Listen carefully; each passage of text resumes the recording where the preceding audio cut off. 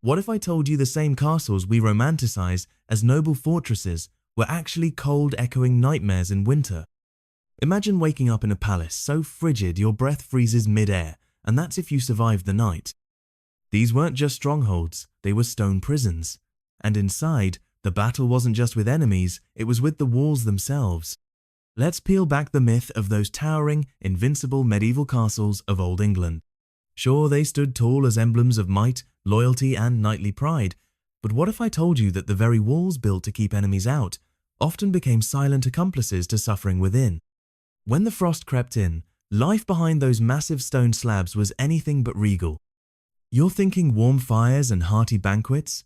Try bone-deep chills, pitch-dark corridors, and frostbitten floors that turned every night into a gamble for warmth. The truth? Much darker, colder, and stranger than legend ever dared admit. Stick around and follow or subscribe the channel, because by the end, you'll know exactly how people actually stayed alive inside those medieval stone monsters.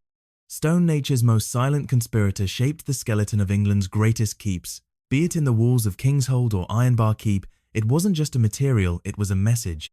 Walls were often 2 or 3 meters thick, proud, unmoving guardians against war. But when winter's breath whispered across the moors, these same walls turned on their masters, sucking heat from the air like vampires. The early builders, the likes of Lord Mervyn the Stern and Baroness Elsbeth of Whitecrest, didn't lose sleep over comfort. Their minds were set on defense, not decor. Insulation? Barely a concept.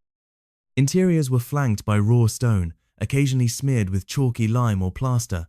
That was all that stood between the frigid outdoors and the shivering souls within. So, how did they fight the chill when firewood couldn't fight back? Layers. Glorious, itchy, often stinky layers. And fabric not just for flair, but for survival. From thick Flemish tapestries to scratchy woolen hangings stitched by the local Weavers' Guild, the castle interiors were swaddled like newborns. Scenes of fox hunts or cryptic biblical epics weren't just art, they were insulation. A sliver of air between the frostbitten stone and human skin could mean the difference between warmth and waking up numb. Estate records from places like Bramblegate and Northmere Keep didn't just list armour and goblets. They detailed coarse cloth for windows and drapes for hallways. In the less flashy chambers, the clerks' quarters, storage nooks, and servant alcoves, folks used whatever they could find. Sackcloth, moth-bitten cloaks, patched-up hides. Anything that could block the bite of the wall. Some even crammed moss or straw between the stones and tapestries, creating a funky, makeshift insulation that you'd never see on a tourist brochure. And rule number 1, never ever touch the wall. Don't sleep against it. Don't lean on it. Beds were dragged into the middle of the room, or surrounded by wooden partitions to fake a sense of security. They weren't changing the nature of the stone, they were dancing around it, surviving in spite of it.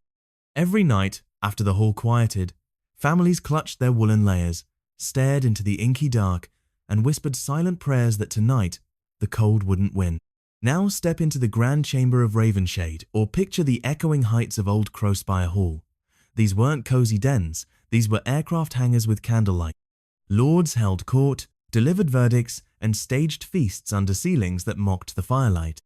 Towering windows funneled in more cold than light, and every word spoken bounced into the void like a ghost's whisper. The main hearth? More like a theatrical prop. It gave off a cheerful glow, sure, but its heat barely reached past the noble's toes. Venture 5 steps back and you'd feel the full bite of winter again. Meanwhile, the heat soared upward, caressing the ceiling beams while the folks below huddled in cloaks and breathed out clouds. Eventually, chimneys and side wall fireplaces crept into the design. Places like Emberhold Fortress had them by the 14th century, but even then, it was like trying to warm a cave with a matchstick. The walls and floors just drank up the heat, storing none of it.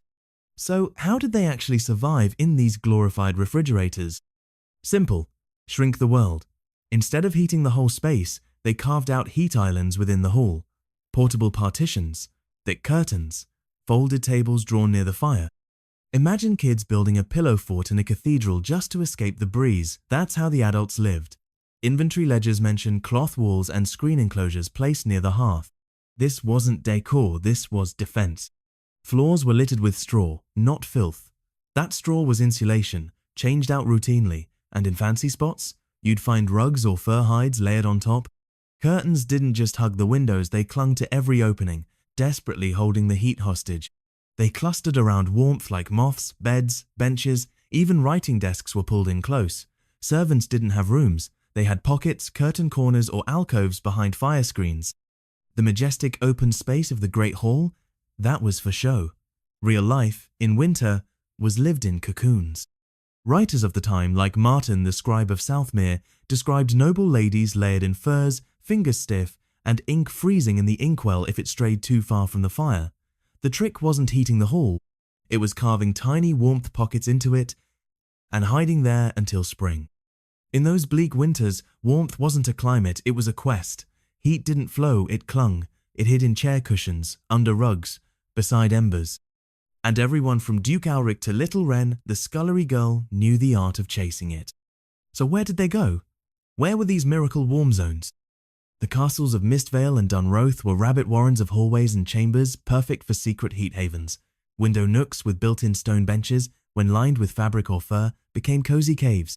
Draperies stretched across the walls didn't just keep the wind out, they hid entire seating pockets behind them. Tucked between curtain and stone, you could sit with a brazier of coals and almost forget the cold. Excavations at places like Thornwatch and Westbridge Keep revealed ancient hooks still embedded in the stone, silent testimony to the layers of hanging fabric once used for these little hideaways. Even furniture joined the war against winter. High-backed wooden thrones with thick upholstery didn't just scream wealth, they shielded backs from icy gusts.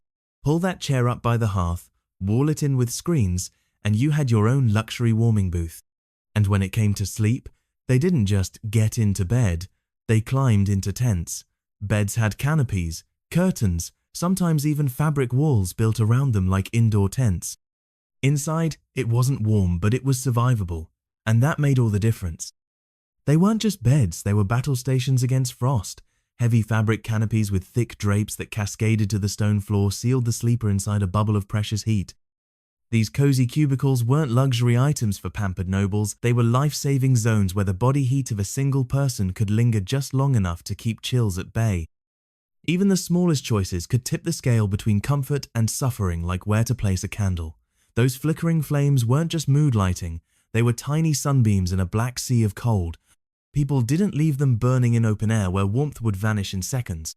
Instead, candles and oil lamps were stashed in niches, tucked behind hanging cloth, near draperies, and in doing so, they created miniature heat pockets, as if the flame whispered, "Come closer." From torchbearers to turret guards, castle scribes to chambermaids, everyone developed a sixth sense for heat. Noble or stable hand, each person learned to recognize the best corners, behind a curtain, near a brazier, beside a layered wall. These were not random spots, they were strategic sanctuaries. The real science of staying warm came not from books, but from instincts honed through trial, shivers, and frostbitten toes. In winter, the whole castle turned into a maze, a frozen puzzle where every person searched for their own tiny hideaway, their own warm crevice where the wind couldn't bite. And the truth? The human body itself became the ultimate fireplace. When the chill pressed in and fire sputtered out, survival came down to one thing: what you wore and how many layers of it you could afford. Clothing wasn't fashion, it was a wearable furnace. You can forget those delicate summer sketches of flowing robes. Winter wear was dense, heavy, and stacked like armor plating. First came the underlayers, coarse tunics called shim or smock, sewn from thick linen or sometimes scratchy hemp. Then came the heat trappers, long woolen overtunics, coats, or kirtles, all cut from England's most prized textile sheep's wool. Why wool? Because it could still trap warmth even when it got damp, and believe me, medieval winters were always damp. Capes, cloaks, and shawls followed, all made of thick wool, some lined with linen or furs for the lucky and the rich. The real showstoppers, though, were the furs, fox, rabbit, and squirrel for the middle class, sable, stoat, or marten for royalty. Even their hoods, known as liripipes, had long fabric tails and were shaped to hug the head and neck, like medieval scarves that never slipped off. Every piece of clothing was bound, tied, wrapped, and cinched with a mission, no gaps allowed. A breeze through your tunic could be your undoing. Legs were protected by woolen hose, thick enough to double as thermal leggings, and sometimes sewn directly into the shoes. And those shoes? Layers of leather, sometimes stuffed with straw or moss. Because stepping barefoot on icy cobblestone was basically asking for pneumonia. Many people didn't even bother undressing at night. If they were standing guard, traveling, or just unlucky enough to sleep in a drafty room, they'd go to bed fully clothed, sometimes even with their shoes still on. The bed wasn't just a place to sleep, it was a castle within the castle, a final defensive line against the creeping cold. Wealthier folk like Lady Edith of Glenhall or Sir Joram of Coldmere had large, elevated wooden beds, not for status alone, but because getting your body off the freezing stone floor mattered. Canopies hung over the top like the flap of a tent, while curtains of thick wool wrapped the sides like a cocoon. Inside, the breath of two bodies could warm the entire space. The bed's stuffing, layers of straw, wool, or for those who could afford it, horsehair and goose down. Top sheets came in wool or linen, sometimes both, and then came the layering, 3, 4, 5 blankets, stitched from scraps, woven from raw wool, or patched from tattered cloaks. The final and most prized layer was usually fur. Inheritance records from families like the Darnsley or the Blackwoods are stuffed with mentions of swan-down duvets, fox pelt throws, and double-thick bed curtains for the Lord's chamber. Need more warmth? Enter the bed warmer, an ancient medieval hot water bottle, but made from ceramic, metal, or even stones. These would be heated by the fire, wrapped in cloth, and tucked under the blanket before bed. Some even had embers in them which worked, until they didn't. But the greatest heater of all? Other people. Spouses didn't sleep alone. Parents bunked with children, servants shared beds, even dogs were brought under the covers, not as pets, but as little living heaters. It wasn't always about affection, it was about not freezing to death. But here's the twist. Winter didn't attack from the towers or from outside the walls. It rose from below. It seeped in through the very heart of the castle, the stone floors. Slate, limestone, or cobbled, it didn't matter. The moment bare stone met bare air, the result was the same. Ice, cold, misery. Upper floors sometimes had wood, but the ground level? Always stone. And stone, no matter how noble or ancient, is an unforgiving conductor of cold. Worse still, the slabs were never perfect. Gaps, cracks, and seams acted like tiny vents, sucking in dampness and letting cold air swirl in unnoticed. Walking barefoot across them was unthinkable. So people got creative. They built platforms, raised wooden stages that lifted beds and tables off the freezing floor, and not just for comfort. It was survival with a dash of symbolism. The nobles placed their beds on these wooden podiums not just to show they were above the rest, but literally to be above the chill. And in doing so, they carved out yet another layer of separation from the unforgiving ground beneath. And so, as the icy drafts crawled under doors and between stones, the people of these castles fought back not with central heating or electric blankets, but with clever design, borrowed body heat, and the sheer will to stay warm. Cold doesn't knock at castle doors, it charges through the corridors. Archways and doorways became icy wind tunnels, letting the frost rush in like an uninvited guest. So what did they do? They fought back with fabric, not just any fabric, but thick, weighted drapes, some made of leather, others of wool, so dense they could double as battle shields. These curtains weren't decorative, they were the castle's defense system. Hung on wooden rods or hammered iron rings, these draft stoppers were layered like armor, often in double folds, and cleverly weighted at the bottom with chunks of clay or metal to stop them from fluttering when gusts crept through. Still not enough? People built makeshift wooden walls in draft-prone areas, especially in long, whistling corridors that connected towers, kitchens, or storehouses. They even stuffed the cracks with old tunics, scorched moss, or, yes, soot, anything to plug the breath of winter leaking through the cracks. Surviving in a stone shell meant waging war against the inside air itself. Floors and wind weren't enemies you could see, but everyone in the castle knew them intimately. Servants learned to read the room, literally following the currents of cold and patching their defenses daily. The ground wasn't just under their feet. It was an active, freezing force crawling up through stone slabs and into their bones. Back then, glass was as rare as dragon eggs. Only the king's palaces and grand cathedrals had the shimmering panes we now take for granted. Inside places like Greymore Hall or the Chapel of Eldon Vale, most window openings were either wide open or sealed with, well, let's call it medieval improvisation. Instead of clear panes, they used oiled linen or parchment stretched thin over wooden frames, letting in a ghost of daylight but not much warmth. Horn slats taken from oxen or bulls were boiled and sanded until they became translucent kind of. These horn windows gave off a dull golden glow, more like candlelight than sunshine. Some lucky builders scored thin sheets of mica, a fragile stone that could be split into layers and let in actual light, but it cracked easily and was more fantasy than reality for most. Even as glass trickled into construction centuries later, it remained a luxury. It appeared only in prized spots: the Lord's chambers, the family chapel, the main hall. Everywhere else, corridors, spiral stairs, side rooms still sealed with fabric, horn, or boarded up tight when the frost set in. Every winter, insulation became a ritual. Shutters slammed shut, gaps stuffed with straw paste, rags, and even clay mixed with hay. Some window frames were half sealed with boards, leaving just a tiny peephole for light. The rest, covered with thick curtain panels, sometimes just old blankets or capes stitched into place. They didn't care how it looked, they cared how it felt. Darkness was a fair trade for warmth. Inside, the castle sank into twilight. Fireplaces and lamps did their best, but it wasn't enough. The glow from hearths and smoky lard candles lit only small patches good enough to work, read, if you could read, or sew. The rest, a chill-soaked gloom that clung to every surface. Bedrooms became sealed, cocoons, no crack left unstuffed, no curtain left open. Even the kitchen, usually the castle's warmest room, was more battlefield than bakery. Winter cuisine wasn't about elegance, it was about calories, fat, and heat retention. It was culinary combat. Enter the almighty pottage, thick, bubbling soups that blended barley, oats, beans, and root vegetables into an edible stew of survival. If they were lucky, there was a bone tossed in. Add some marrow or fat. That wasn't just a meal, it was a hand warmer and face sauna. That rising steam wasn't just comforting, it was strategy. A bowl of hot pottage was your own portable hearth. The rich, the poor, the hungry all depended on that warm slop to hold off the chill from within. Fat was winter's gold. Lard, marrow, drippings, it didn't matter. Fat kept the body warm, the stew thick, and the bread tasty. Yes, even bread dipped in melted animal fat was a luxury, especially if it was still warm from the oven. And meat? Rare for many, but not forgotten. Winter was when nobles dug into their stores.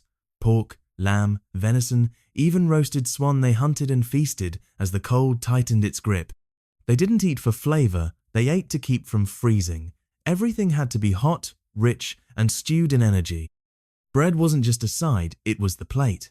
Thick chunks of barley or rye bread were baked in bulk, torn apart, and often drenched in soup or ale. Wheat? Too expensive for common folk. But hot bread fresh from the stone oven? That could warm your chest and fingers in one bite. Spices like cloves, ginger, nutmeg weren't just taste boosters, they were believed to stimulate blood flow and warm the body. Even commoners sometimes scrounged for pepper or herbs to sprinkle into their broth like a potion. And don't forget the drinks. Hot ale with honey, like a rustic mulled wine, or boiled wine spiced for the elite. These warmed the belly, lifted spirits, and gave cold nights a fleeting glow. Even something as humble as warm herbal water could feel like luxury when your breath fogged in front of your nose.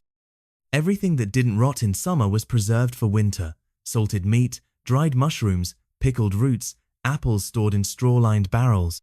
These foods didn't just fill stomachs, they broke the monotony, brought a taste of life to the gloom, and gave cooks anything to work with. But the greatest heat source of all? Each other. A single hearth might barely warm a hall, but 100 bodies packed together? That was insulation. Servants, soldiers, artisans, noble children all crammed into the same room, drawn to heat like moths to flame. The grand chamber became the hive. Wherever there was a fire, there were people. Wherever there were people, there was warmth. Crowding wasn't just tolerated, it was necessary. It didn't matter who you were, if there was a warm room, you shared it. Fires crackled, voices rose, feet shuffled, and beneath it all, the slow, invisible rise of body heat softened the chill. Castles weren't warmed by fire. They were warmed by community, by numbers, by proximity. They didn't just survive winter, they survived it together. In the cold heart of a medieval fortress, warmth wasn't found in isolation, it thrived in togetherness. Bedrooms? A luxury. In the chill of winter, privacy took a backseat to survival.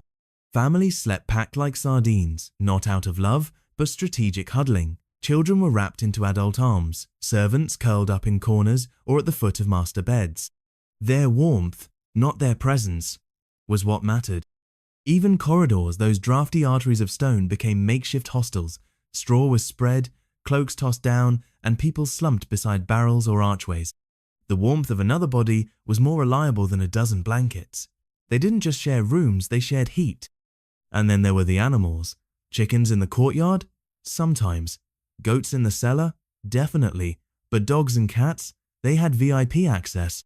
Dogs snored at the foot of beds, cats curled into laps like furry hot stones. Their warmth wasn't sentimental, it was practical. A sleeping dog was a medieval electric blanket. Feasting helped too, not just the food, but the bustle. The Great Hall became a furnace of humanity. Workshops and kitchens buzzed with clanking tools, sloshing pots, bodies in motion. Every voice, every breath, every shuffle of boots all added heat to the space. Holidays like Christmas, a medieval miracle. Blazing fires, wall-to-wall guests, steaming plates for once, the halls were warm with life. Of course, the smell was another matter. Imagine, hundreds of people, no deodorant, heaps of animals, and a soup of roasted meat, smoke, and unwashed socks.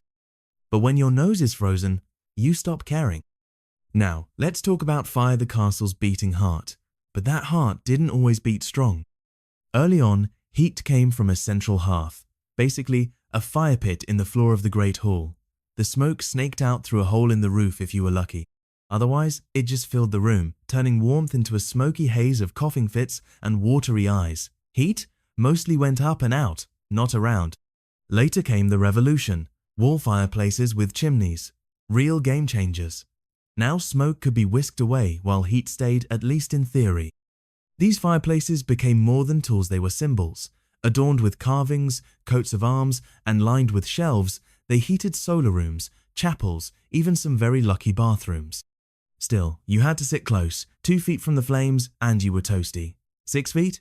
Welcome to the Arctic again, and you needed a forest of firewood to keep it going. For the rest, the ones without a personal fireplace, there were braziers, little metal cauldrons of hot coals placed under tables or beside beds. Cozy? Yes, but also deadly. One whiff of carbon monoxide and you were warm forever. Fires weren't just warmth, they were danger. One stray spark and the straw floors could light up like dry tinder. Still, they used them. They placed sand trays underneath, and still the risk remained. But between slow freezing and a fast fire, people gambled for warmth. Stoves the kind that actually retained heat were rare in English castles. You'd find ovens in kitchens, not in living spaces. That left the kitchen hearths, the occasional brazier, and body heat as the commoner's arsenal against the cold. The lords and ladies? They had chambers with fireplaces and wooden panels.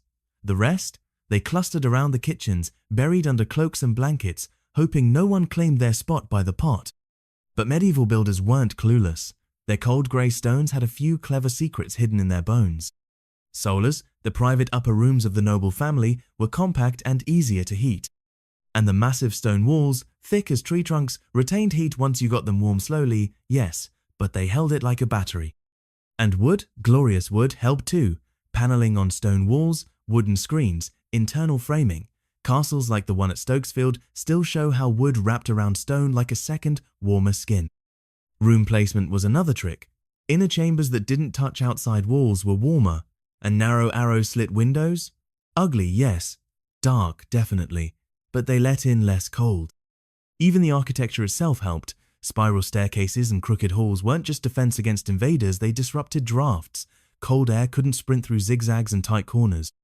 And kitchens? Strategically placed. Sometimes their walls heated adjacent rooms. Chimneys doubled as secret radiators, passing warmth through stone. Strangely enough, even the toilets, little shafts in the wall, sometimes benefited from nearby fireplaces. Warm outhouses? Slightly less grim than expected. Some castles had vestibules, double-door entries that worked like medieval airlocks. Step in, shut the outer door, open the next. A buffer zone, less of a gust to slap your face when you entered. At the end of the day, a medieval English castle wasn't a whimsical fantasy. It was a stone struggle, cold, damp, and full of drafts that attacked from every angle. Yet somehow, the people endured.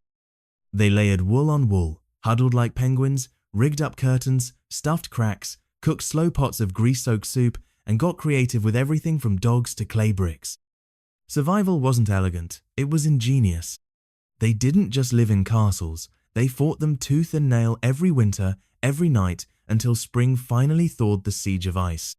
And if you want to feel what they felt, the sting of the frost, the breath rising in candlelight, the steam from a bowl of barley stew, then follow or subscribe the channel.